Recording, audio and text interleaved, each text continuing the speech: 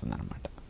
మొట్టమొదటి విషయం, మనకి ఎప్పుడైనా జలుబు చేసినా, ముక్కు బాగా కారుతున్నా, ముక్కు బిగుస్తున్నా, ఫ్లూ లాంటి ఇన్ఫెక్షన్ వచ్చి ఇబ్బంది పడుతూ ఉన్నప్పుడు వెల్లుల్లిపాయ ఒక దివ్య ఔషధంలాగా పనికొస్తుందని చెప్పడం జరిగింది. సుమారుగా 2.5 గ్రాములు వెల్లుల్లిపాయని గనక మనం తీసుకుంటే అది ఫ్లూ తగ్గించడానికి బాగా పనికొస్తున్నదట. మరి ఈ వెల్లుల్లిపాయలు ఉండే మెడిసినల్ ప్రాపర్టీలు ఏం చేస్తుందో తెలుసండి?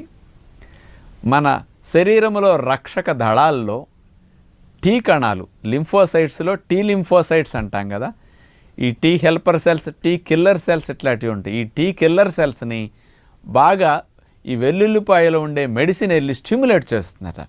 అందుకని ఈ టీ కిల్లర్ సెల్స్ వెళ్ళి ముఖ్యంగా ఈ ఫ్లూ సంబంధించిన కారకమైన క్రిముల మీద దాడి చేసే